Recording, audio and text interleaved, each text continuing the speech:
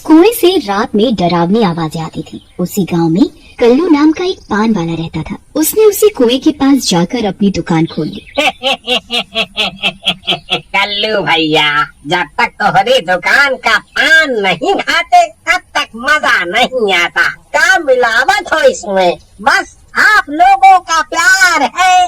एक रात हल्दीराम और तोता सिंह नाम के गांव वाले कल्लू की दुकान पर पान खाने आते हैं। खाई के पान बनारस वाला, हो खुल जाए बंद अकल का ताला, हो ताला ताला ताला ला ला ला। फिर कल्लू उन दोनों को पान बना कर देता है। ये लो भाई, पान खाओ और दुनिया को भूल जाओ। माँ कल्लू भैया, क्या पान बनाते हो? क्या पान बनाते हो आप? सचमुच मजा ही आ गया और आत्मा तृप्त हो गई, तृप्त। सही कह रहे हो हल्दीराम भाई, सचमुच मजा आ गया। अरे हल्दी भैया, क्या हुआ? काहे तोता भाई को देखकर हंसे जा रहे हो? वो कोई जोकर है क्या? नहीं नहीं कल्लू भैया, वो दरअसल पान खाने के बाद तोता सिंह के होठ लाल हो गए हैं। वो सचमुच के पोपट यानी तोता लग रहे हैं, इसीलिए हंसी आ रही है। क्या खी खी खी खी कर रहे हो तुम दोनों? बहुत हंसी आ रही है। चलो मुझे ये बताओ कि पान कहाँ थूकूं? जहाँ वहाँ थूका तो गंदगी फैल जाएगी। ऐसा कहकर तोता सिंह कुएं की तरफ बढ़ता है और कुएं में जाकर थूक देता है। ये देखकर कल्लू घबरा जाता है और बोलता है, अरे भैया, ये क्या कर रहे हो? उस कुएं से अजीब सी आवाजें आती है। वहाँ कोई भी डर के मारे नहीं जाता है। आप वहाँ क्यों थूक रहे हो? कल्लू को यूँ डरा हुआ देखकर हल्दीराम जोर जोर से हंसने लगता है और बोलता है, कल्लू भैया, आप भी बहुत डरपोक हो। लो मैं भी थूक देता हूँ। अब जो कुछ भी होगा हम दोनों को होगा। ऐसा कहकर हल्दीराम भी कुएं में थूक देता है और फिर हल्दीराम और तोता सिंह वहाँ से चले जाते हैं। हल्दीराम और तोता सिंह की पान की पीक सीधा कुएं में सोए हुए शैतान के ऊपर पड़ती है और शैतान जाग जाता है। ये कौन दुष्ट है जिसने मुझे नींद से जगाया? और ये लाल सा क्या है? अभी जाकर देखता हूँ। शैतान गुस्से में कुएं से बाहर आता है और कल्लू को उसकी पान की दुकान पर बैठा हुआ देखता है। तो ये इस दुष्ट की शैतानी है। लोग इसकी दुकान से पान खाते हैं और मेरे ऊपर आकर थूकते हैं। अभी से मजा चखाता हूँ। ऐसा कहकर शैतान कल्लू के पास जाता है और उसे गुस्से में पकड़कर बोलता है, तूने मुझे जगाया पान वाले, मैं तुझे नहीं छोड़ूंगा। अभी मार कर खा जाता हूँ तुझे। शैतान को देखकर कल्लू डर जाता है और बोलता है, शैतान जी, मुझे क्यों मारोगे? भला मैंने क्या बिगाड़ा है आपका? मुझे छोड़ दो। लोग तेरी दुकान पर आते हैं और पान खाकर मेरे ऊपर थूक जाते हैं। आज भी 2 बार किसी ने मेरे ऊपर थूका। मैं तुझे जिंदा नहीं छोड़ूंगा। ऐसा कहकर शैतान कल्लू को उठाकर कुएं के अंदर चला जाता है। कल्लू डर के मारे बेहोश हो जाता है। बेहोश कल्लू को देख शैतान सोच में पड़ जाता है। अगर इस मरियल को मार भी दिया तो मुझे कोई फायदा नहीं होगा। क्यों ना इसका रूप बदल लूं, फिर इसकी दुकान पर जो भी आएगा वो मेरा शिकार बनेगा। ऐसा कहकर शैतान कल्लू का रूप धारण कर लेता है और असली कल्लू को बांध देता है। अगले दिन तोता सिंह और हल्दीराम फिर से कल्लू की दुकान पर आते हैं और उसका मजाक बनाते हुए बोलते हैं, तो कल्लू भैया, रात में नींद सही से तो आई ना? कहीं उस कुएं के शैतान की वजह से सो ना पाए हो? वैसे बहुत ही डरपोक है तुम्हारा शैतान। थूकने के बाद भी कुएं से नहीं निकला है। लेकिन कल्लू कोई जवाब नहीं देता। ये देख हल्दीराम बोलता है, तुम भी ना तोता सिंह, बिना सोचे समझे कुछ भी बोल देते हो। अरे भाई, देख नहीं रहे आज रसगुल्ले की तरह मुंह फूला है कल्लू भैया का। लगता है भाभी ने मारा है इनको। लेकिन कल्लू कुछ नहीं बोलता। ये देख दोनों उसे पान लगाने को बोलते हैं। कल्लू बना शैतान सोच में पड़ जाता है। अरे इन दोनों जोकरों को क्या खिलाऊं? मुझे तो पान बनाना ही नहीं आता और पान लाल कैसे होगा?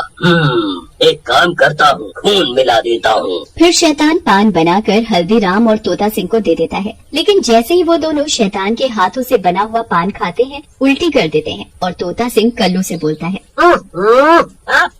अरे भैया, ये कैसा पान बनाया है? लगता है जैसे इसमें खून मिला हो। बहुत गंदा स्वाद है इसका। अरे भैया, ये वाला गुलकंद आज ही आया है, आप थूक दो, मैं कल नया गुलकंद लाऊंगा। फिर हल्दीराम और तोता सिंह वहाँ से चले जाते हैं और शैतान भी उन दोनों का पीछा करने लगता है। रात में जब तोता सिंह सो रहा होता है, उसके दरवाजे पर जोर जोर से दस्तक होती है। तोता सिंह उठ जाता है। कौन है जो इतनी रात में दरवाजे को ऐसे खटखटा रहा है?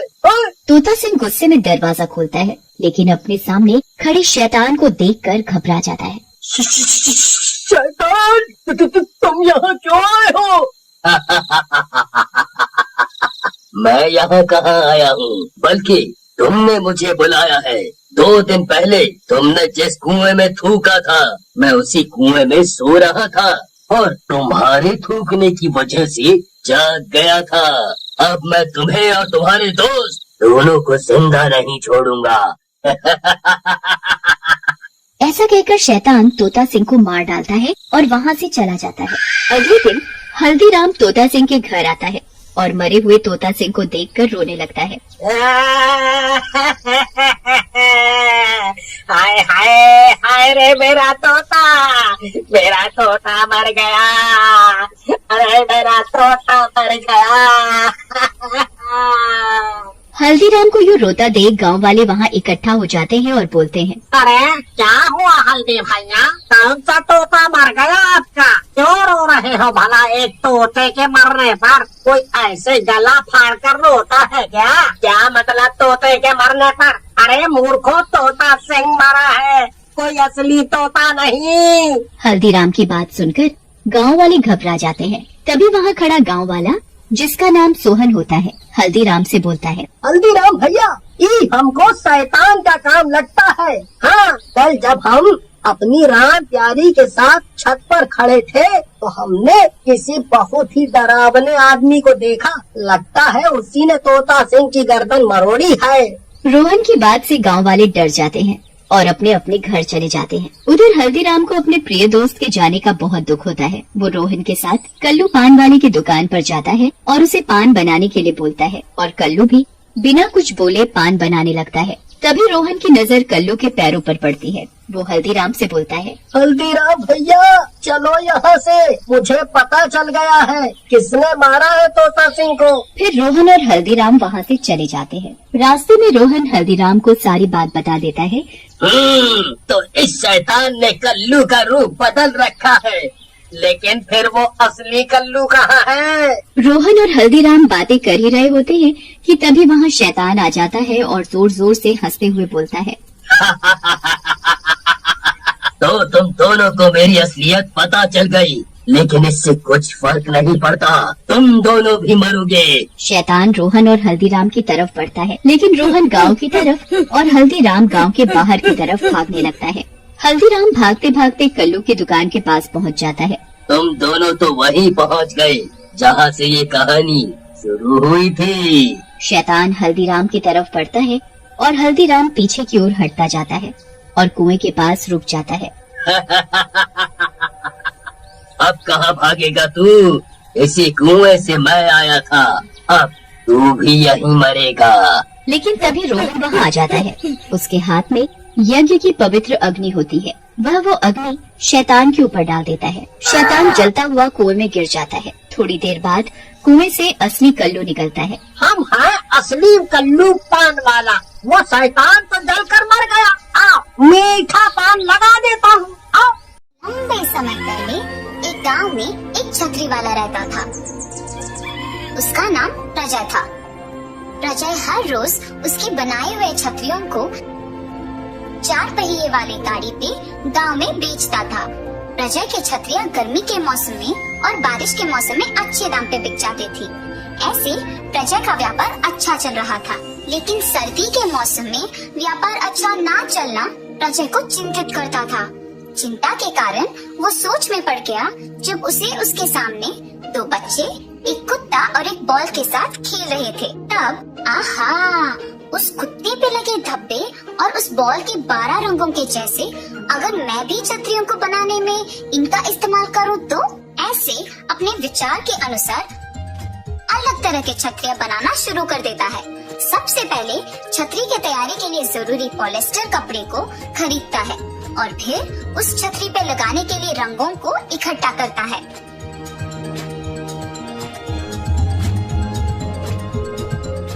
एक एक छतरी को अलग तरह बनाने के लिए अलग अलग रंगों का इस्तेमाल करता है। लगाए हुए रंग मिटे ना, इसके लिए उन्हें भापता है। ऐसे अलग अलग तरह के छतरी बनाता है प्रजय।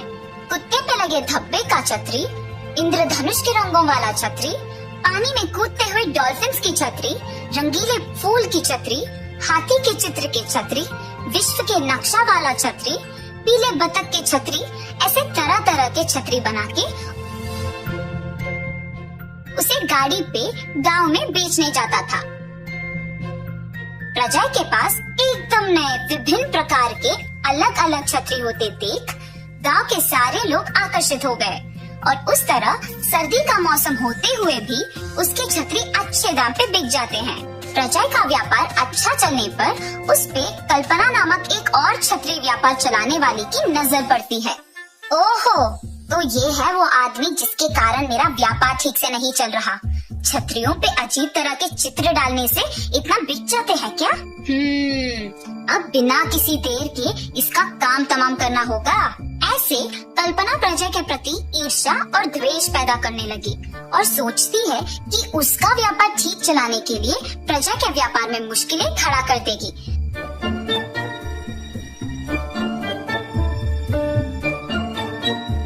प्रजय की नए प्रकार के छतरियों की तरह वो भी तैयार करने के लिए चीजें तैयार रखती है और काम करना शुरू कर देती है। काम में व्यस्त कल्पना को देख उसके पति, अरे कितना देर ऐसे छतरियाँ बनाते रह जाओगी? तुम तो वैसे भी कह रही थी कि व्यापार अच्छा नहीं चल रहा है, तो फिर इतना कष्ट लेने की क्या जरूरत है? हमारे गांव में प्रजय नामक एक छतरी बनाने वाला है। सर्दी के मौसम में छतरियाँ बिकती ही नहीं, मगर उसके पास रंग बिरंगे अलग प्रकार के नए छतरी देख सब लोग खरीद रहे हैं, इसीलिए मैं भी उसी प्रकार के छतरियाँ बना रही हूँ। अच्छा, परंतु तुमने अगर उसके ही जैसे छतरियाँ बनाई तो इस बात की क्या यकीन है कि लोग तुमसे भी उसी तरह खरीदेंगे? इसीलिए मैंने इसका एक उपाय सोचा है। ऐसे कहकर अपने पति को सब समझाती है। अपने पति के साथ रात को प्रजय के घर जाती है। प्रजय वहाँ छतरियाँ बनाना खत्म करके परिवार के साथ भोजन के लिए दूसरे कमरे में जाके बैठता है। ये देख छतरियों को रखे हुए कमरे में खिड़की के लोहे के छाड़ों को खींच के अपने पति को अंदर भेजती है। उसके पति अंदर जाके छतरियाँ सारे एक एक करके बाहर रुकी कल्पना को दे देता है और वहाँ की सारी छतरियाँ गायब कर देते हैं। प्रजय जब अगले दिन हर रोज की तरह अपनी छतरियों को बेचने लेने उस कमरे में जाता है, तो वहाँ एक भी छतरी ना दिखाई देने पर चिंतित हो जाता है और तुरंत सारा घर ढूंढने लग जाता है। पायल, पायल, कहाँ हो तुम? इस कमरे में एक भी छतरी नहीं दिखाई दे रही है, सब गायब हो गए। तुमने देखा है? जल्दी इधर आओ। ऐसे घर में सबको चिंता में डाल देता है। दूसरी ओर प्रजय के घर से लाए हुए छतरी सारा कल्पना ने उसके घर के पिछवाड़े में छुपा लिया। अब तो इनको ऐसे छुपा लिया ठीक है, और वो और भी ऐसी छतरी बनाकर बेच सकता है ना, तब तुम क्या करोगी? ये सारे छतरी बनाने के लिए उसे कम से कम 4 दिन तो लग ही जाएंगे, और ये 4 दिन बस है मुझे अपनी छतरी बेचने में, ऐसे कहती है। कल्पना की बेटी घर के पिछवाड़े में खेलते खेलते रंग बिरंगे इन छतरियों के चित्र की ओर आकर्षित होती है और उसमें से एक छतरी निकाल के खेलते खेलते घर के बाहर की गली में चली जाती है। उसी गली में साइकिल पे गुजरते हुए प्रजय को अपने छतरी के साथ खेलती हुई एक बच्ची नजर आती है और रुक जाता है। तुरंत उस बच्ची के पास जाता है और बेटा, तुम्हारे पास ये छतरी कहाँ से आया? मेरे घर के पिछवाड़े में बहुत छतरियाँ हैं, उसमें से एक लाई। मुझे भी वहाँ ले जाओगे? ऐसे वो कल्पना के घर के पिछवाड़े में जा पहुँचता है। 2 दिन पहले गायब हुई सारे छतरी वहाँ पे दिखाई देने पर प्रजय चौंक जाता है और इसी समय अपनी बच्ची को ढूंढने के दौरान कल्पना भी वही आती है और प्रजय को देख घबरा जाती है और चले जाती है ये सोचकर कि उसको सच का पता लग गया। कल्पना के घबरा के ऐसे चले जाने देख प्रजय को समझ आता है कि उसने ही इन सारे छतरियों को चुराया है। सच पता लगने पर प्रजय दुखी होता है और सोचता है कि छतरियों पे चित्र के अलावा कुछ और भी कर सकते हैं और इसीलिए नए प्रकार के छतरी बनाने का निश्चय करता है। केवल अलग अलग चित्र और रंग ही नहीं बल्कि एकदम नए प्रकार के छतरी बनाना शुरू कर देता है। बहुत ही आकर्षक